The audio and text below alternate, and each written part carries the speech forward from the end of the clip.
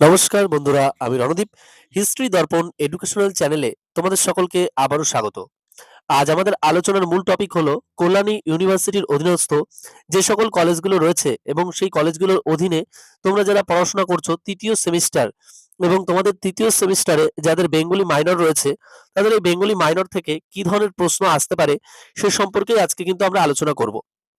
দেখো, প্রথমেই বলেছি যে অন্য যে আরো ইতিহাস মেজর, ইতিহাস মাইনর, পলিটিক্যাল সায়েন্স মাইনর যে বিষয়গুলো রয়েছে এবং ইতিহাস এসসিসি যে পেপারগুলো রয়েছে, এই সকল প্রশ্ন নিয়ে আমি কিন্তু পূর্বেই অনেকগুলো ভিডিও দিয়েছি। তোমরা অনেকে আমাকে বারবার করে জিজ্ঞেস করছিলে যে দাদা কি ধরনের প্রশ্ন আসবে, তুমি একটু আলোচনা করো। আমি কিন্তু তোমাদের জন্য সকল প্রশ্নই আলোচনা করেছি।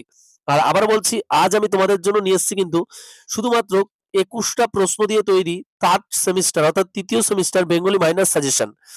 এর বাইরে কিন্তু কোনো প্রশ্ন আসবে না। যা প্রশ্ন আসবে এর ভেতর থেকে হুবহু প্রশ্ন কমন পাবে।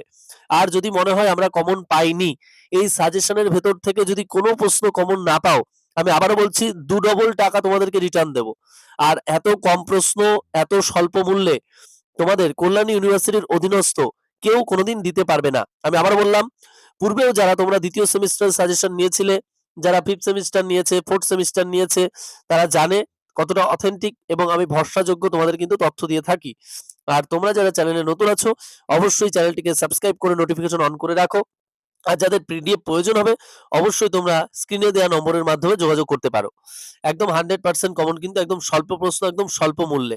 এর থেকে কম প্রশ্ন এই কল্যাণী ইউনিভার্সিটির অধীনস্থ তৃতীয় সেমিস্টার বেঙ্গলি মাইনর তোমাদের কিন্তু কেউ দিতে পারবে না। তাহলে আজ শুরু করি তোমাদের বেশ কিছু ইম্পর্টেন্ট এই তৃতীয় সেমিস্টারের বেঙ্গলি মাইনর প্রশ্ন। ফার্স্ট যে প্রশ্নটা আমি আলোচনা করব, বাংলা প্রবন্ধ সাহিত্যে ফোর্ট উইলিয়াম কলেজের অবদান আলোচনা করো। নেক্সট, ঐতিহাসিক নাট্যকার হিসাবে দীনবন্ধু মিত্রের নীলদর্পণ নাটকটি সম্পর্কে আলোচনা করো। অথবা এমন ভাবে আসতে পারে ঐতিহাসিক নাট্যকার হিসেবে দীনবন্ধু মিত্রের যে নাট্যকার হিসেবে তিনি যে পরিচিতি ছিলেন বা পরিচিত ছিলেন যে দীনবন্ধু মিত্র, সেটাও আলোচনা করো। নেক্সট, বাংলা পৌরাণিক নাটক রচনায় গিরিশচন্দ্র ঘোষের অবদান আলোচনা করো।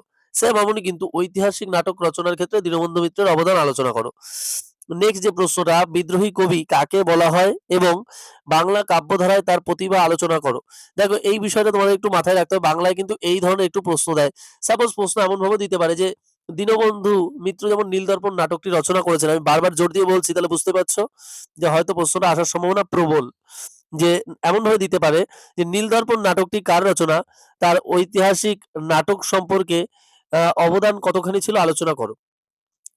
দেখো, তখন কিন্তু তোমরা বুঝতে পারবে। আর এরকম ধরনের প্রশ্ন কিন্তু আমি তোমাদের যে পিডিএফটা আছে সেখানে কিন্তু দিয়েছি। আর এর পাশাপাশি আরেকটা প্রশ্ন আমি আলোচনা করি, যেমন ধরো প্রবন্ধ সাহিত্যে রবীন্দ্রনাথের ভূমিকা আলোচনা করো। প্রশ্নটা এমন ভাবে আসতে পারে, রবীন্দ্রনাথের প্রবন্ধ মহাকবির হাতের প্রবন্ধ, অতুল চন্দ্রগুপ্তের এই মন্তব্যটির যথার্থ ব্যাখ্যা করো। Most important. নেক্সট, বাংলা কাব্যে মধুসূদন দত্তের অবদান লেখো। নেক্সট, টিকা লেখো কল্লোল পত্রিকা, পথের পাঁচালী, সবুজপত্র পত্রিকা। নেক্সট, টিকা লেখো সমাচার দর্পণ, শাহজাহান, বনলতা সেন। নেক্সট, ভোরের পাখি কাকে বলা হয়, বাংলা গীতি কবিতা ইতিহাসে তার গুরুত্ব কতখানি।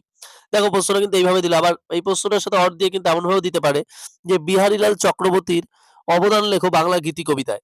দেখো, প্রশ্ন কিন্তু বিভিন্ন ভাবে আসতে পারে, তোমাদের কিন্তু মাথায় রাখতে হবে। নেক্সট, এমন ভাবে দিতে পারে যে পরশুরামের অবদান লেখো বাংলা সাহিত্যে। আবার এমন ভাবে আসতে পারে যে রাজশেখর বসুর অবদান আলোচনা করো। দেখো, যিনি পরশুরাম তিনিই কিন্তু রাজশেখর বসু। প্রশ্ন কিন্তু বিভিন্ন ভাবে আসতে পারে। নেক্সট যে প্রশ্নটা আমরা বলবো, বাংলা কথা সাহিত্যে ও উপন্যাসে বিভূতিভূষণ বন্দ্যোপাধ্যায় সম্পর্কে আলোচনা করো।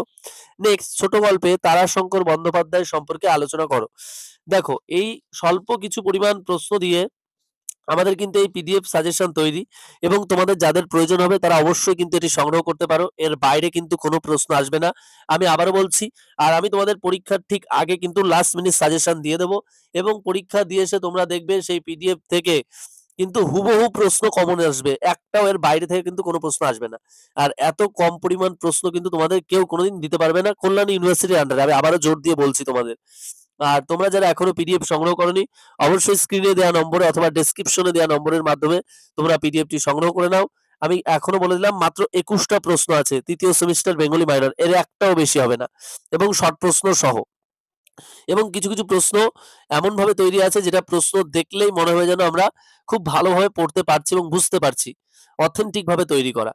আর তোমরা যারা চ্যানেলে নতুন আছো অবশ্যই চ্যানেলটিকে সাবস্ক্রাইব করে নোটিফিকেশন অন করে রাখবে এবং বন্ধু-বান্ধবদের মাঝেও শেয়ার করতে কিন্তু একদম ভুলবে না।